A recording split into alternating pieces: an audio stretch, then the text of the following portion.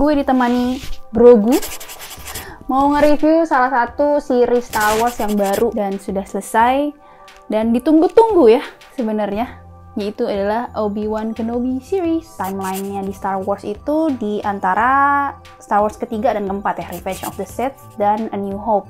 Jadi setelah Order 66 itu Sith udah mulai menguasai ya, dan di situ kan Obi-Wan mengucilkan diri di Tatooine ya untuk ngeliatin, ngejagain si Luke Skywalker gitu.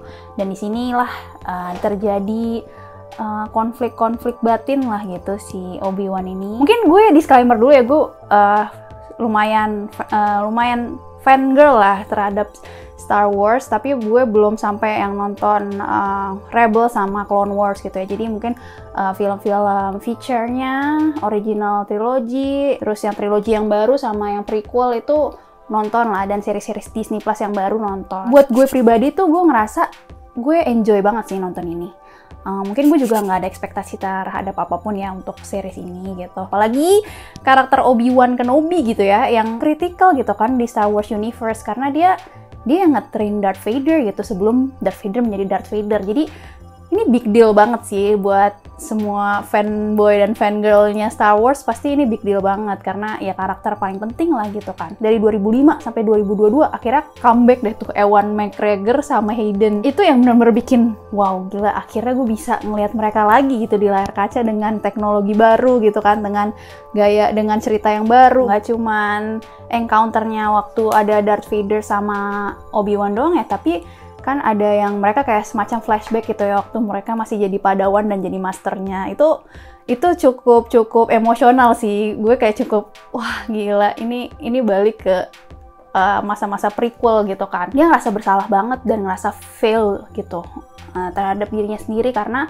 ya di awal juga dia kan udah nggak mau kan ngelatih anaknya, dan Qui-Gon yang maksa dia sebenarnya buat nge-train dia, dan ya ketakutan dia datang gitu ketika di ketiga. Jadi saat ini itu dia mungkin ngalamin mental breakdown-nya gitu ya.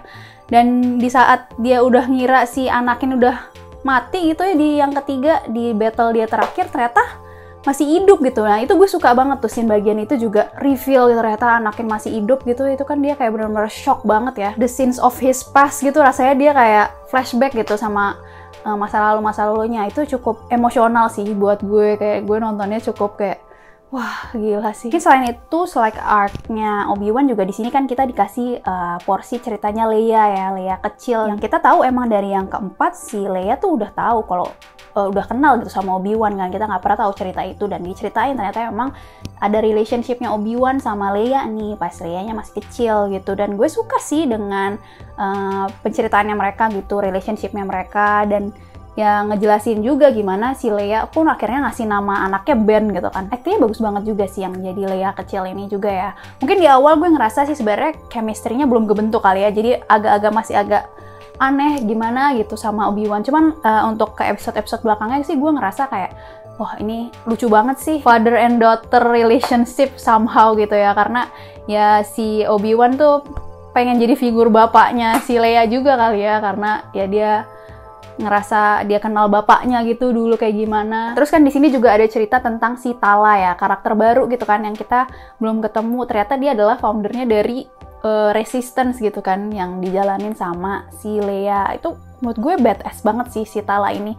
Nih karakter-karakter Game of Thrones semuanya ditarik semua nih kayak ke Star Wars Universe, karena sebelumnya si Mando kan main di Game of Thrones juga kan, kebetulan jadi si pacarnya si Tala ini gitu kan. Jadi wah ini karakter Game of Thrones jadi main di Star Wars nih. Series ini juga ngasih screen time ya buat Uncle Owen sama istrinya itu yang ngejagain Luke gitu ya. Wah jagoan juga ternyata mereka gitu kan. Padahal soalnya di yang keempat tuh ya udah kayak mereka cuman farmers biasa aja gitu, tapi ternyata ada screen time yang kayak mereka emang bener-bener niat gitu untuk ngelindungin Luke dari bahaya. Kita ngomongin Rogue One gitu kan, Rogue One kan wah banget gitu ya sebagai prequel yang kita nggak nyangka itu dibutuhkan, tapi sebagus itu gitu secara storytelling dan secara sinematografi.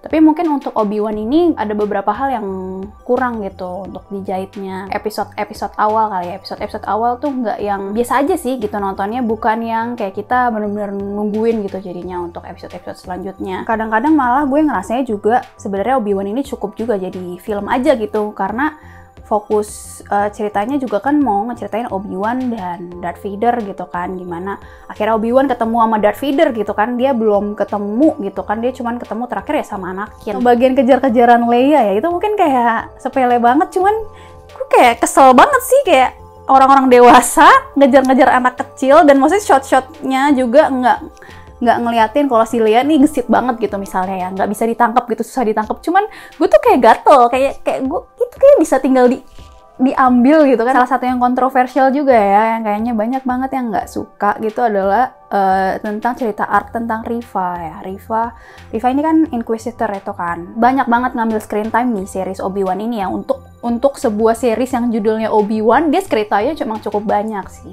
Mungkin banyak banget sebenarnya orang yang nggak suka arc ceritanya dia ya, tapi gue sih sebenarnya suka sih dengan background story-nya dia gitu kan. Gue cukup empati sih sebenarnya dengan dia gitu, dengan ceritanya dia. Sebagai younglings dulu berharap diselamatin sama Anakin, tapi ternyata dia malah ngebantai younglings gitu. Jadi itu gue cukup emosional sih. Kurang baik gitu ya build up-nya gitu, karena emang kita baru dikasih revelation-nya itu di episode terakhir gitu. Jadi kita emang baru bisa empati sama dia di episode terakhir, karena episode awal tuh dia benar-benar ngeselin banget. Sebenarnya ceritanya sangat menarik gitu kan, cuman pas nonton juga kita nggak ngeras, pas dia battle sama Darth Vader juga jadinya nggak ada build up yang cukup climax ya di situ. Jadi sangat disayangkan sih, karena menurut gue ceritanya menarik. Terus mungkin yang banyak banget orang kesel lagi ya, gue juga cukup kayak beberapa scene si Grand Inquisitor ditusuk lightsaber, ternyata dia hidup lagi. Riva juga berkali-kali ditusuk lightsaber, dia hidup lagi dan berjalan dan lari-lari dengan baik-baik saja gitu kan. Apalagi pas ngejar-ngejar Luke gitu kan, dia kayak nggak habis ditusuk lightsaber, padahal kayak Qui-Gon zaman dahulu ditusuk lightsaber sudah tidak ada gitu kan. Jadi bingung gitu loh, penggunaan lightsaber itu ketika orang ditusuk lightsaber tuh apakah harusnya nggak mati kah? Scene favorit yang tentunya mungkin semua orang scene favoritnya ini sih ya, pasti lightsaber battle-nya si Darth Vader sama Obi-Wan Kenobi ya. Emang sempet 2 kali ya, episode 3 dan episode 6, tapi emang yang klimaksnya emang episode 6 ya, karena episode 3 agak-agak ya Obi-Wan-nya juga kan masih lemah, belum siap gitu kan, udah lama nggak pakai Force. Tapi di episode 6 udah skillful lagi gitu, dan udah strength-nya, power-nya udah balik. Jadi itu lumayan epic sih, dan sinematografinya juga cukup oke ya. Mungkin disayangkan nggak pakai scoring yang lama gitu ya, scoring yang di Revenge of the Sith gitu kan, cukup bisa bikin emosional ya, emosional banget sih sebenarnya. Apalagi waktu Darth Vader helmetnya kepotong dan setengah mukanya Anakin kelihatan, dan suaranya Anakin dan Darth Vader itu nyampur, itu epic sih. Itu benar-benar emosional sih, gue kayak nontonnya, gue nangis sih nonton itu, benar-benar wah gila. Mungkin dari gue segitu dulu, mungkin skornya aja dulu kali ya. Skornya dari gue 7,5 aja cukup. Sebagai fans tidak boleh memupuk banyak ekspektasi, kecuali mungkin Mandalorian ya, karena Mandalorian itu benar-benar exceed expectation banget sih. Tidak bisa berharap banyak lah selalu terhadap Star Wars ya. Tapi buat gue cukup enjoyable gitu ya, dan emang ketika tidak menaruh ekspektasi jadi bisa enjoy sih dengan seriesnya gitu, dengan filmnya. Oke, kayaknya sekian dulu dari gue. Jangan lupa like, komen, subscribe, ikutin Discordnya Cinecrip, terus follow Instagramnya Cinecrip, dan sampai jumpa di review selanjutnya. Bye bye, may the force be with you.